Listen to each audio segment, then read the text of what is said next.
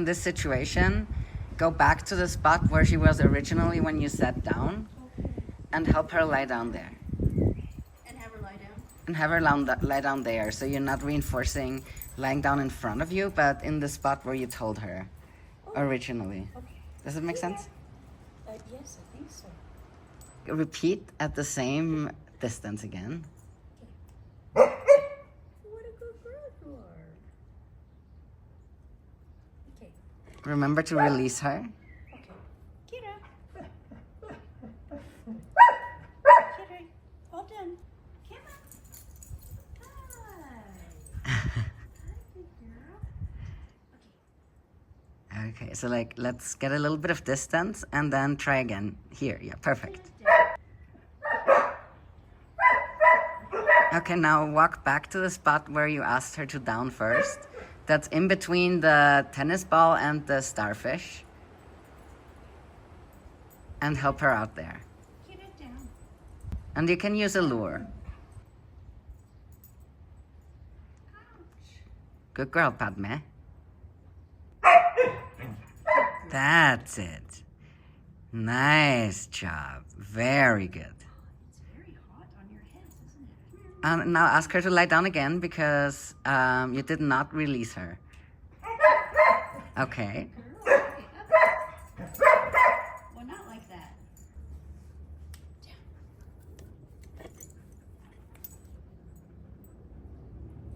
Down. So she's still coming towards me for down. Mm-hmm. Get up.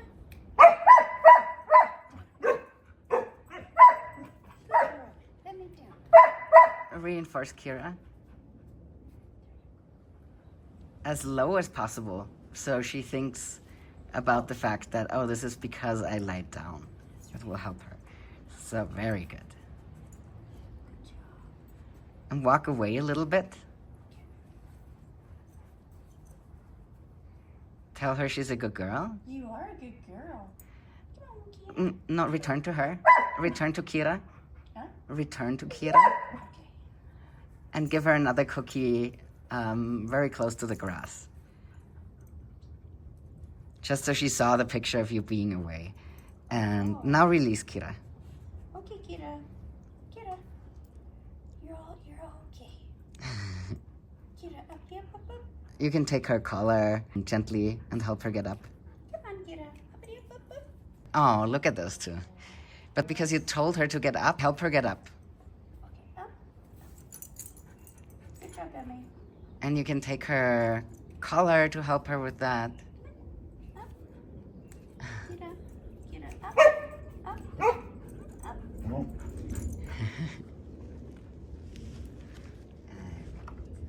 on up. I'm just gonna distract you a little bit. You're a good girl. Come on up. Good That's job. right. There Now you take her go. up. Now take a step back. Ask her to down. Get her down. Get her down. Return to where you started in the shade. Okay. Emmy, you are not helping the progress of Qi'ra. And ask her again. Get down.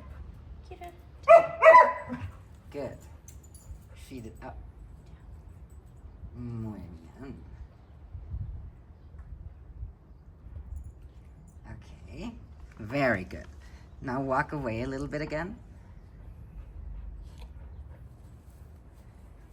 Look at her and tell her she's doing very well. You're doing a good job. Return and Very feed. good. No, return and feed her in position.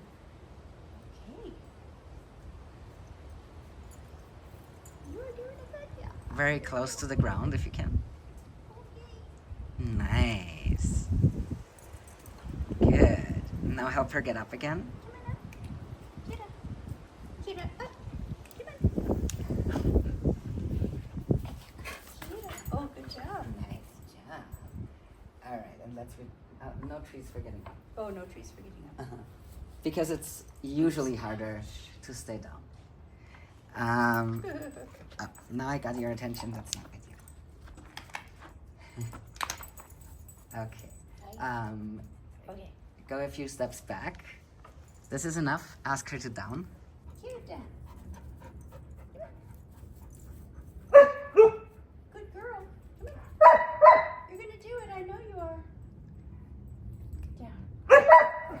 Yay, so good. Feet in position. Very good. Nice job. Very close to the ground or between the paws. So good. That was amazing. Very good. She just needed me to get a little closer. Yeah, show her the picture of you being farther away again. Like move back and tell her she's good, then return and feet between the paws. Okay, good job, Qi'ra. Good job. Return and feet in position.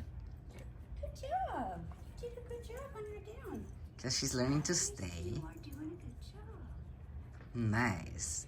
And then let's see one more time if we can get her to do it with less distance. Come on up. Come on, Qi'ra, up. Up, up, up. She's there, just lay down. Why do you need me to get up again? Come on, up. Make up your mind. You You get one in a second. Okay, just wait a little bit until she has forgotten about me. Okay, come closer. It's just to make it easier for her. Don't ask her when you're behind Padma. Qi'ra, down. Okay, come one step closer. Qi'ra, down. Down. Yay, that's amazing. So good. So good. So amazing. That is amazing. Now, Very good. yes. Release her and then she gets that belly rub. And you're off. I just wanted to add a quick debrief to tell you all why I made the choices that I did make for that team. Tina wanted to show me that she could ask Qi'ra to down at any distance from her without needing a leash or a back tie. It turned out that this wasn't exactly the case, but we had already started the session, so I just ran with it. Didn't make a big deal out of it. However, we are gonna go back to a leash and a back tie in the future because Qi'ra's understanding of the cue is not as strong as I'd want it to be working off leash or in this way. We still did practice some valuable lessons, and especially Tina learned to be a better trainer. Compare that with the first down session we did a while ago. I'll link to it in the description or whatever that box is called. Shai, stop licking my feet, please. Thank you. Yeah, that's gonna be really important for her going forward if she wants to actually make progress with her dogs. There are two reasons I take video of classes, right? I already mentioned one of them, which is I want to give my students a recording of a session so they can go back over it if they want to. Tina is one of those amazing people who have given me permission to not only record, but also share this video with all of you out there. So that's really cool. So anyway, so the first reason is I want my clients to have different modalities of information that they can look at after our respective session, and that's going to help them practice at home if they so choose. The second reason is for myself, especially when I work with a client long-term, like I do with Tina. So I see them more than once, right? That is already long-term. Every time that I walk into their house, I want to be a little bit better at being the best trainer that I can possibly be for this team. Watching the session back helps me understand how Tina learns and what is easiest for her, what is hard for her, and how I can set her up for success. Because just like all dogs are different, all humans are different. I usually ask my clients before the first lesson or during the first lesson how they learn best. And some are very good at putting that into words, but most are not because they've never been asked this question. The reason I ask is because I myself, I know how I learn best, and I'm at a point in my life where I usually tell people straight out, if I'm taking any kind of class from them, this is how I learn best, and this is how I would appreciate if you treated me in the classes. Like I have some very, very specific things that I can tell a new teacher, and that ensures that I will get the most out of the class. I want that same experience for my students, but not everyone knows how they learn best, or not everyone has learned that they can say it out loud or even thought about it. So there's often some detective work. I'm going to use Tina as an example. Tina is a very smart woman and a multitasker. She finds it hard to focus on one single thing. I can remember a situation. I was probably 12 years old, and we had this teacher who said during the class we were not allowed to even pick up a pen. We had to have our hands on the desk and needed to pay attention for 50 minutes straight. This teacher would tell us, now, for example, they would write on the blackboard, and then would tell us, now pick up your pens and copy the blackboard, and then put your pen back down and put your hands back on the desk. If you accidentally raised your hand or picked up the pen too early or forgot to put it back down when they said so, then you got a penalty, and that was usually writing some really like that Bart Simpson thing where you had to write something, a single sentence, 100 times or something. It was incredibly stupid and very time consuming. And I think that was the point of it. So the punishment wasn't the sentence. I don't even remember the sentence, but it was that it would take you, and it had to be legible, right? So you couldn't rush through it because otherwise they would just double your penalty and you had to do it again. So in this class, there were some people who, nobody really liked the teacher, right? But there were some people who just didn't usually get penalties because they were able to follow those instructions. And then there were other people who were not able to follow those instructions, so they would get penalties all the time. I was somewhere in the middle, and I'm assuming that I'm probably average. Of course, there were 50 minutes of sitting still. That is too much to ask of a 12-year-old kid. It's just not realistic for most people, right? I was the kind of student who would actually, I would try. I tried to follow this teacher's instructions. And I couldn't. Sometimes I could for a little bit, but then my mind would slip and I would just, thoughtlessly grab a pen or whatever. For example, in other classes, I would draw patterns to make the time go by while I was listening. And that's before everyone had cell phones in school. So, yes, I am older than I look. Anyways, so I constantly had to write these stupid sentences because I would just accidentally pick up a pen. Thinking back on this, I can tell, Tina definitely is that kind of learner, and probably a little bit more so than I was. It wouldn't be fair to tell Tina to sit down across from me and I'm telling her that one thing and her mind's not wandering, because her mind is bored. And especially when I'm thinking in real time and I want to phrase things as clearly as I can, I'm talking less fast than I would if I talked with my friends. I wasn't thinking at all. So Tina needs something to do. And in that last video, for example, where she wasn't actively hands-on working, she was rolling up a 30-foot long line while I explained things. And I think that was really helpful to her. So she could listen to me, do something else at the same time. It is ridiculous to me that we expect little kids to not do this. But luckily for me, I do not live in a middle school or primary school or high school environment, but I teach adults, so I can do whatever I want because there are no curricula. Yeah, you dropped it on the floor, and that made a loud sound, Chai. Tina is paying attention. She's listening to me. She knows what I'm saying, absolutely. But sometimes she gets distracted, and then she thinks of something, and because she feels comfortable with me, she'll just tell me that story. And I'll listen to her. It's usually a cool story. It's fun. And then either she will remember the topic that we were talking about, and she will actually guide us back on topic, or I will guide us back on topic once the detour is done. No big deal. That's perfectly normal, and that's how I believe that's how most people learn. I go on tangents like this even when I write, right? So even when I'm not talking, but I am responding to an email, if I trust the person, it's usually going to be a long novel. It'll have footnotes that are about something off topic, or it'll have little detours that are off topic. I enjoy writing that way, and I enjoy reading stuff like that. I think of it as these different kinds of parentheses in maths, where you can have all kinds of detours, but it all goes back together and is kind of framed by the overall topic that we're talking about. Anyways, so most adult human students do this, and so does Tina.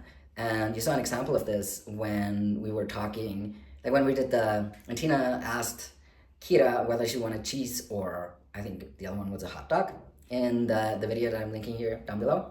That's another thing that I want to be aware of.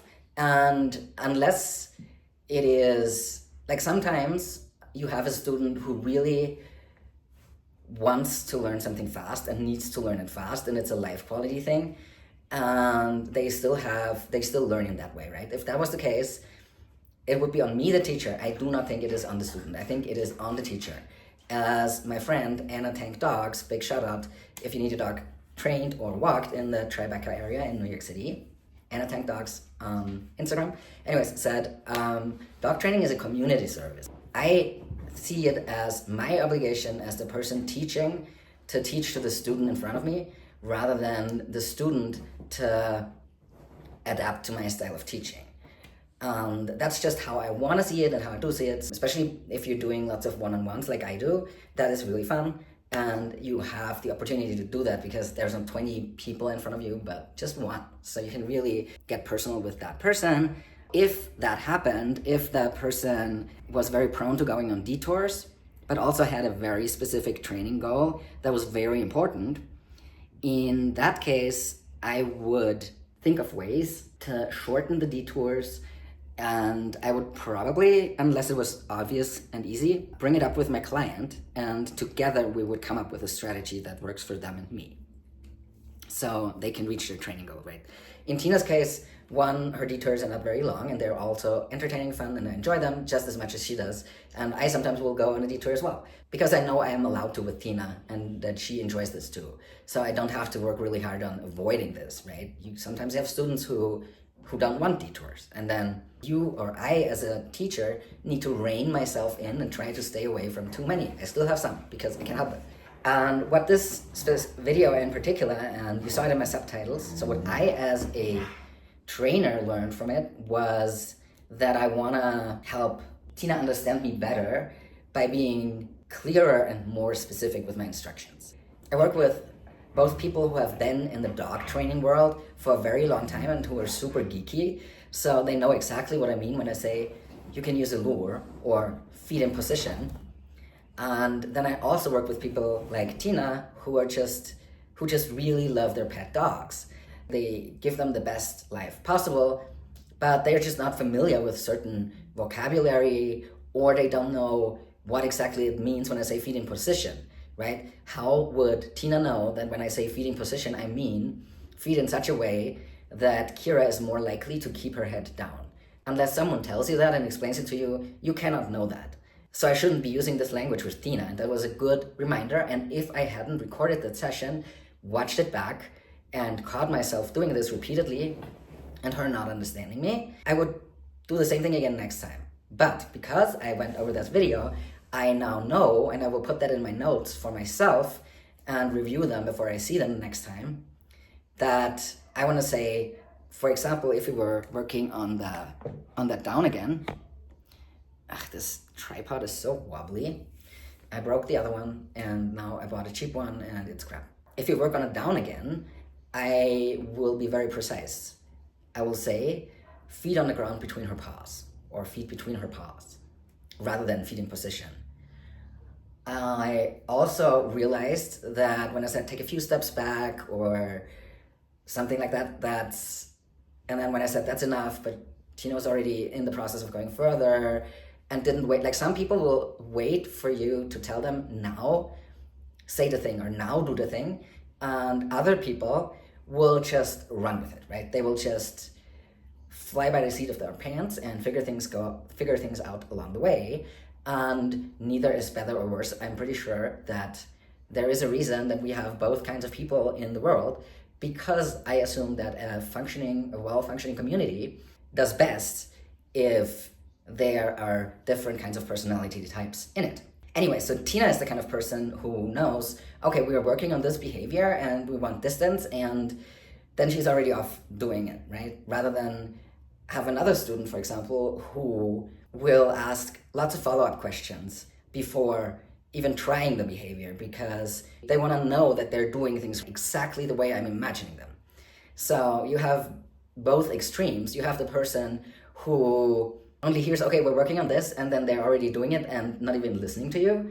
And you have the person who needs to know really, really precisely what each step looks like in order to be able to do it. And you have all kinds of people in the middle. Tina, for example, is a smart person who is able to try and implement things while listening to me. It wouldn't be fair to ask her to not do something while listening to me, because that's like me sitting in my 12-year-old classroom trying not to move my hands while the person in front of me is talking very slowly. Oh, my dog. Ugh. So with Tina, rather than asking her to wait for my explanation and then do the thing, which would be less of a fun session for her, I want to remember next time to say, take 3 steps back, or take 4 steps back, or take 1 step back. That's going to be, I think, a really helpful improvement for our next session. All right. Just wanted you to know how I do things and how helpful I find it as a trainer to watch back videos. So it's not just for the students, it's also for me. And because every human being, I have not worked with 2 human beings who I felt like, oh yeah, those are exactly the same. No, everyone is different, and that's the amazing part, because I get to keep growing as a trainer forever. And that's why I love my job. One of the reasons.